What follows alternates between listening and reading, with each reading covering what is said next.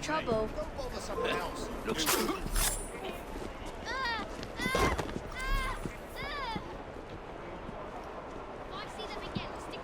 I owe you one, Ta. Welcome, ladies and gentlemen, to another head-to-head and technical analysis. Now, what can be said about Assassin's Creed that has not already been said before? It's tired, lost its way, lacks refinement. These and more are all true, but it also forgets that it was and can be a very fun, almost big-budget action movie historic affair with roughly the same amount of historic accuracy to go alongside that. See poetic license. But now we are another year on from the series' previous faux pas in Unity, and have Ubisoft improved on this? And more importantly, have they delivered a superior product, and does one console edge it out to rule them all? I aim to find out all that and more as we delve into Syndicate, 19th century Victorian London style. You look like you could use a hand. Up your ass, putting your innards out. Stop it! Now let's get it on in this here gaff, as they say in the Big Smoke. Like Unity, Syndicate takes place with its biggest star being the city in which it is set, jumping forward some 100 years into the Industrial Revolution on one of the most iconic and instrumental times in human history. It is also a period flush with historic art, style and flamboyance, coming on the back of its Gothic revival architecture, not to mention overcrowded, disease-ridden streets.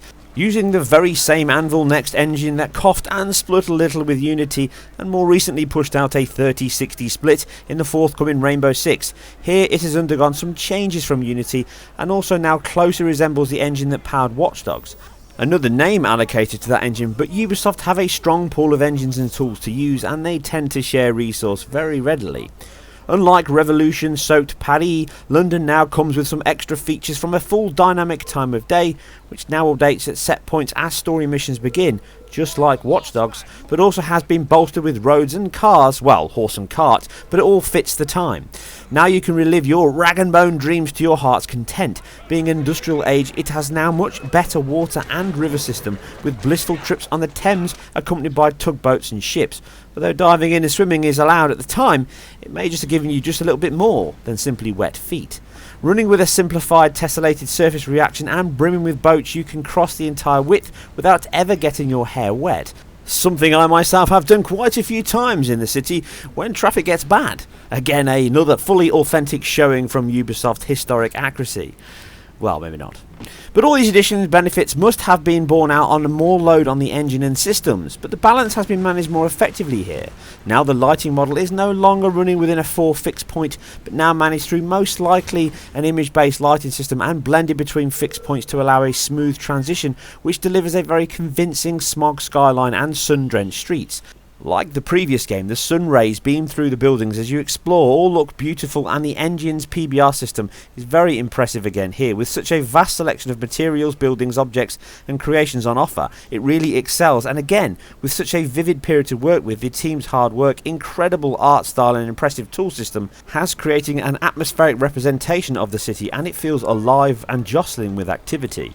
With weather also changing, albeit very slight, with either sun or rain and the occasional thunderstorm, which again allows the system's lighting model to shine. Some of this can be reduced ever so slightly by some lower quality specular and normal maps of points on both objects and characters. With such a huge expanse and varied selection, it really is a commendable job, even more so when you know how incredibly tight the 2-year cycle is with this game, even though it is carried out over a huge staff quota within Ubisoft Studios. In comparison to Unity, it is very close and can look absolutely breathtaking as you wander the slums or explore Whitechapel at night or day to rip shit up. The view from Big Ben is as wonderful as you would imagine and brings a whole new meaning to FaceTime. But the sheer scale of Unity's city and intricate interiors have been reduced somewhat here, with far less interiors to explore and none shining quite as much as our adventure in France. The lighting is also slightly reduced, with the atmospheric scattering less intense, which also included light penetration on cloth, which with that game's sumptuous volumetric lighting just being subtly reduced here, and a heavy use, as was used in that game in points, of billboard sprite lighting used, but there is still samples of volumetric lighting or at least crepuscular rays at points in the game. But no longer running a baked solution, it means that it is less intense and the global illumination is subtly reduced, along with the dynamic cloud system returning but no longer casting shadows. Along with this, the character models and consistency in animation, both in the game's plethora of real-time cinematics and in-game action, have also been subtly reduced. Some of this comes from parts of the game still using what looks to be half-sampled animation sets, 15 instead of 30, or even lower at points. Cutscenes are where the game and its visual punch can hit the most, with again a great use of subsurface scattering used on characters and skin, along specula on skin and anisotropy on hair can all look very impressive at times, and others not so. Some of this comes from its varied shadow resolution within game, using most likely Ubisoft's own SSBC solution, giving characters a contact shadow against walls and doors, along with self-shadowing on faces and hoods, although the cascade range here is short and can leave errors at times that stand out, but this is a minor niggle. But overall, the Fresnel calculation on skin doesn't seem to be as impressive and consistent as what we saw in Unity, but it's not far removed. The previous game's superb depth of field returns, sporting its own confusion zone bokeh, and it looks as cracking as ever. This also is of a high resolution resolve and can be the cause of some of the small dips in cutscenes on both PS4 and Xbox One, but certainly is a favourite of mine. Mixed with a very talented animation team at Ubisoft, with its motion captured scenes really delivering with its nuanced animation sets that allow characters to convey the subtleties within the performance, and although the obvious disparity in lesser concerned characters is very evident, the main characters all move and animate very well, with Jacob and Evie played brilliantly, and that are both very strong and likeable characters that you warm to very quickly. And the game has regained its humour with some well written dialogue and snappy delivery, bringing genuine enjoyment and chuckles as the Cockney tale unravels. That's it, Evie. We can rally them to our side. Oh, like the way that you rallied those card players at the Oakbrook Tavern into the river. Oh, that was different. They beat me at whist.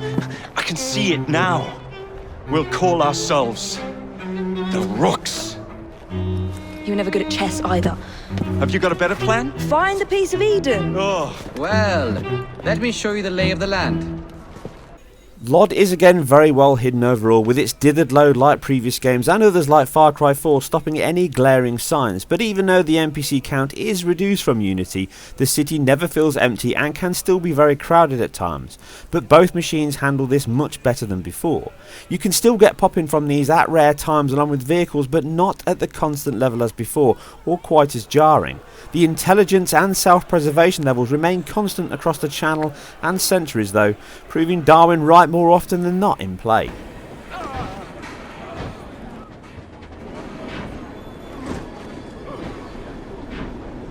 Both machines, as before, deliver the same set of graphical features, effects and resolution, with both machines pre or post patch having a 1600 by 900p resolution along with a 30 frames per second target that they deliver much better than before. Well, more one than the other it seems. This is backed by a post-processing solution in addition to a temporal anti-aliasing solution to reduce the shimmer, and it does a decent job considering the variation in textures, objects and strong specula in places. It looks to use an EQAA type edge detection with a reproduction of the frame buffer from previous frames jittered as you play. This helps edges of characters and objects to hide the shimmer as you move, and fast movement can see it stand out more along with it missing texture, so these can still suffer from heavy noise equally as you would expect from a sub-native display. Then it is upscaled internally. It is a better display than Unity, but like that game, textures can be muddy and blurry at times, suffering from its heavy post-processing solution. The only exception to this is the Xbox One can take longer to load the mip-maps on the PS4, and these can be a little muddier, but this is rare and only occasional, and hard to notice outside of a like-by-like comparison. So with the same level of visual, city crowds, anti-aliasing, are we looking at an identical game on both machines? Well, once we get into the performance side, highlights very obvious advantages to Sony's machine over Microsoft's.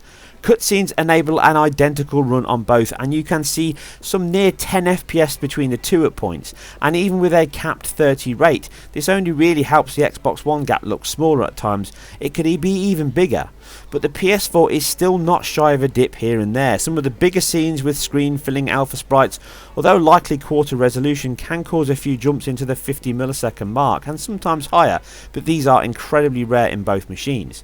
But the Xbox One is never above the PS4 at any point, with large sections running around 24 FPS for long periods on the Xbox One, where the PS4 ticks along with an even 33 milliseconds delivery, holding a far more stable 30. Now gameplay is the same, but here the PS4 dips more than in cutscenes, but still much less frequently and as low as the Xbox One. Driving can cause dips on both machines, along with random points of heavy drops as you play, including similar issues as per Unity, with the old frames per second being replaced with seconds per frame, as you can see in this video. Now, I have not managed to replicate this on the PS4, but this is just another sign of the engine still not being in a refined state, and like all these games, it cries out for some optimization and polish that it sadly never gets.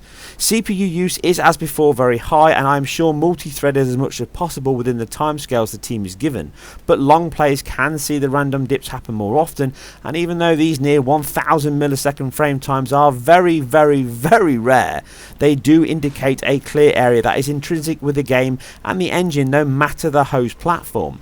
Both machines deliver a decent run at 30, and it now sits firmly back into the standard level of an Assassin's Creed game's performance, but with the added addition of the game now not having an online intrusive system adding to its woes, but this sadly also means no online co-op is included.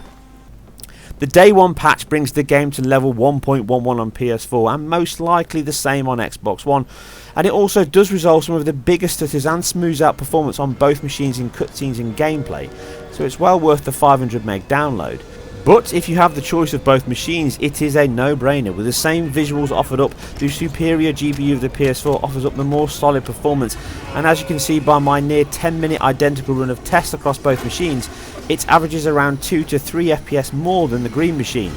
The game is not a rock solid 30 on both machines. With the Xbox One running an adaptive VSync to help, it means it can occasionally tear, but this is always confined to the top tenth of the screen and would never be noticed outside of this in-depth analysis. And as with other games that can use this system, it can occasionally cause a delivery of a 16 millisecond frame, mostly around the same time it drops to stay in sync, and like the tearing, it is very rare. The PS4 runs fully VSync, so never tears, but this makes sense with the performance metrics showing the clear divide. So the extra GPU headroom is not going entirely to waste, and if the game was a full 1080 on PS4, you would most likely be looking at performance level around the Xbox One.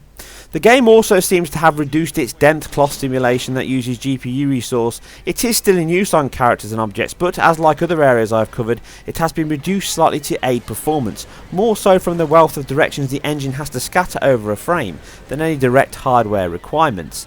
But this is not to take away from what the team have delivered here with Unity.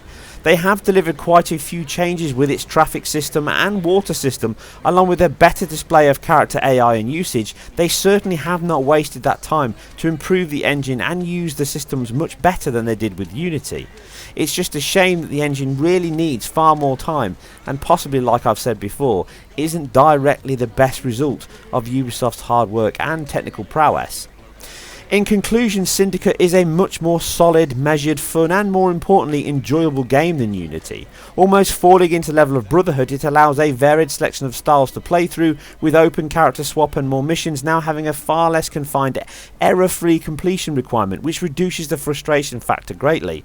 Sadly, stealth has become far less important and the cone of view of enemies can be laughable at times, but it delivers a decent story, likeable and comedic stars in Evie and Jacob, along with some other firsts for the series with its return to day and night cycle, vehicle combat, gang recruitment, open character switching included, it now having a fully female playable lead. Ubisoft may just have salvaged the franchise from the brink. But I still stand by my previous statement and hope the series is giving it a year off to allow the team to refine both the engine and the next instalment, along with return to a more stealth-driven mechanic. I fear not, but we can but hope. If you are hungry for more Templar slaying action now, with the modern day sections confined to pre-rendered and sometimes roughly edited story sections, it relies even more so on its historic setting to engage you. Syndicate is a better game than Unity, but not quite as impressive from a visual stance, but not far removed. But it is far more enjoyable and entertaining. The performance is around the expected line of the franchise, with the PS4 being a tangible level above it to be the chosen platform of the two. But the Xbox One release is not far enough behind, and in isolation will deliver the same level of enjoyment. When the PC version ships next month, I will take a look at what that version delivers and what extras it may have, but for now, you can join the Rooks on console only. Am I Rooks?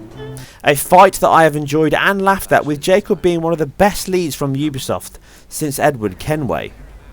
As always, I hope you guys and girls enjoyed this. If so, then please hit the like and subscribe button. I really appreciate each and every one of you that does. And to celebrate the fact that Ubisoft have actually delivered a much better game this time, I thought I'd give you all a chance to win a PS4 copy purchased from my own Skyrocket. All you simply need to do is leave a comment below and explain what makes you the best assassin to take this game. I'll pick the winner out and announce on my very next video. Sadly, this is UK only, I'm afraid. I can only post the game within the UK. As always, I hope you guys and girls enjoyed it. Please leave your comments below and I'll reply as often as possible. You guys and girls take care, and I'll see you very soon on the next one. I won't tell you again. Easy, let's not do anything rash. This is our ground.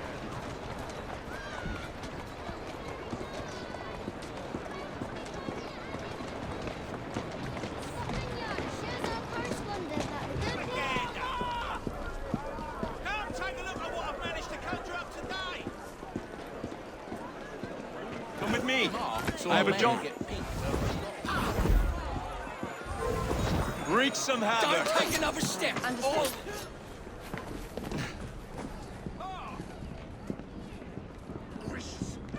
Never in my life have I been treated so unjustly. This city needs to be better taken care of. I say we pass to stand.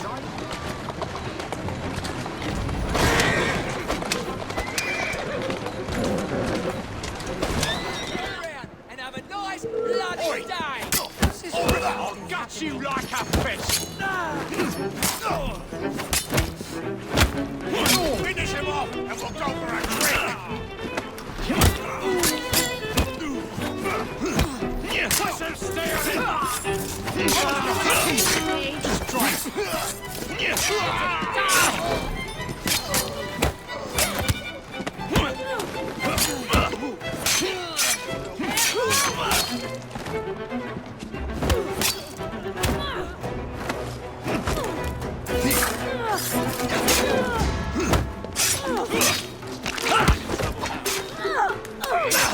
Splendid. We'll need focused aid. Focused aid.